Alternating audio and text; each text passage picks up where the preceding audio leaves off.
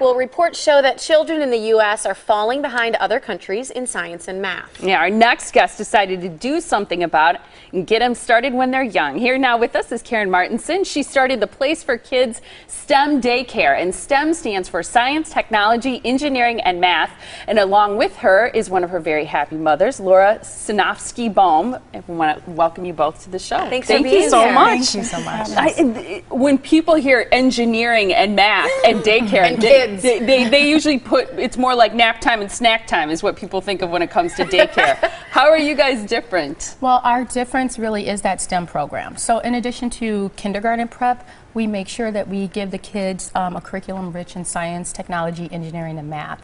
So each month we have a different topic in engineering that we focus on. So it might be like what? It might be acoustic engineering, and I have a prop to show you how that would work. Okay, I need to see how this works, because you've got different colors of water in these glasses. So this is our water xylophone. And before we even touch that, I'm going to talk to you about how sound is made. Do anyone know how sound is made at all? Vibration. When Tiffany opens up her mouth? Yes, by the vibrations back here. Correct. So vibration, the object vibrates and it pushes the air around it. So if you were to touch your throat right now, as you speak, you can feel the vibration in your throat. As you whisper, it goes down.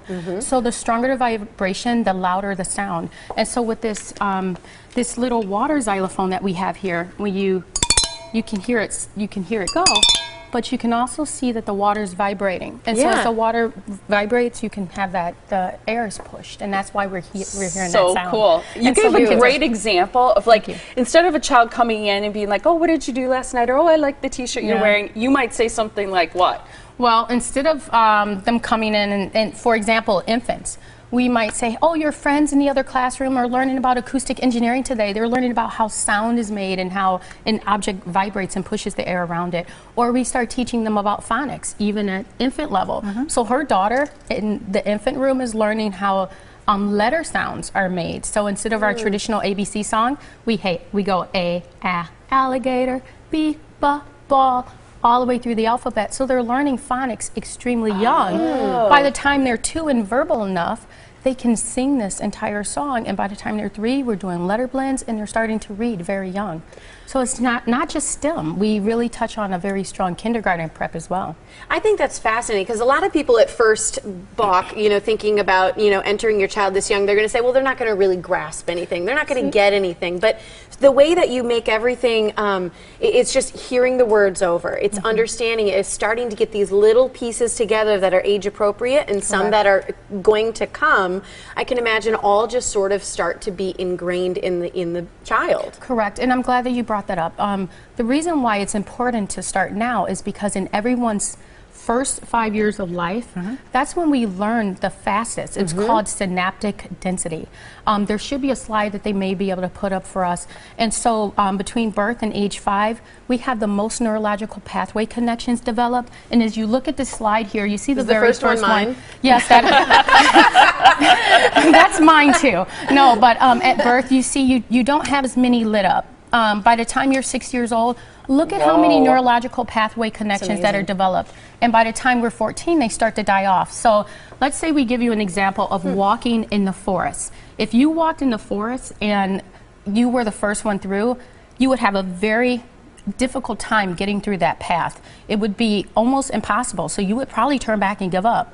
With the synaptic density, if a child repeats the same thing over and over, it's sort of like creating a cleaner path. It's called synaptic pruning.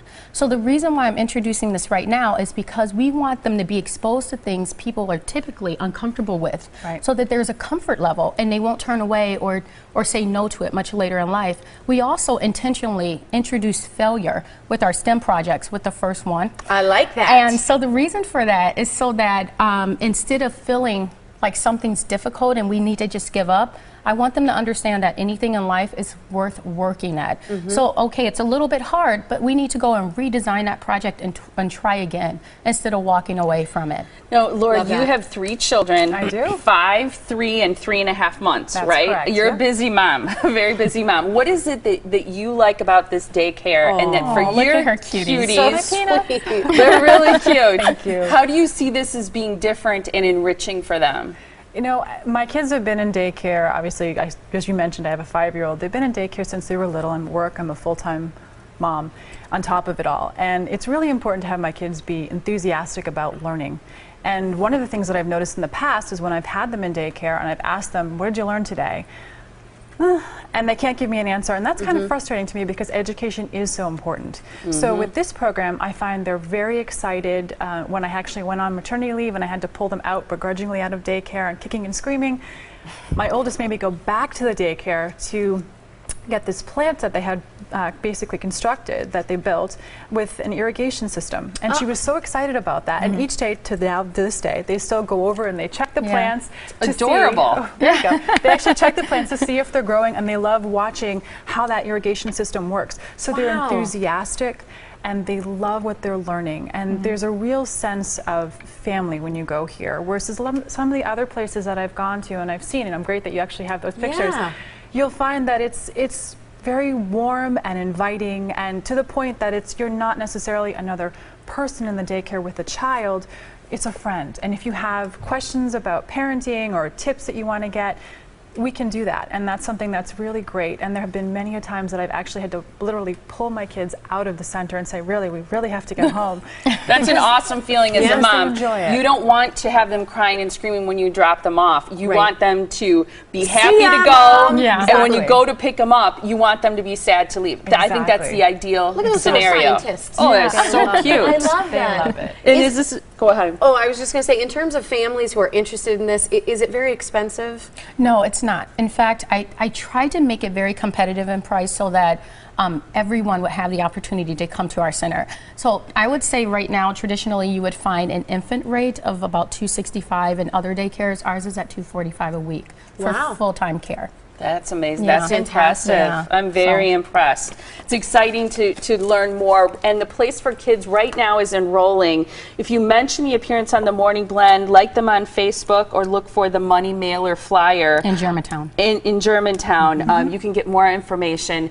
They are located at Maple, and is it Freistadt? Correct. Freistadt Road in Germantown. The phone number for more information, 262-250-1444, or go to theplaceforkids.net. And they will waive the cost of tuition for 1 week if you mention the Morning Blend, like you on Facebook, or also pick up that mailer flyer. Correct. It's fantastic. Wonderful. Nice to have you ladies here. All right. Thank you so much. Thank you. It was a pleasure.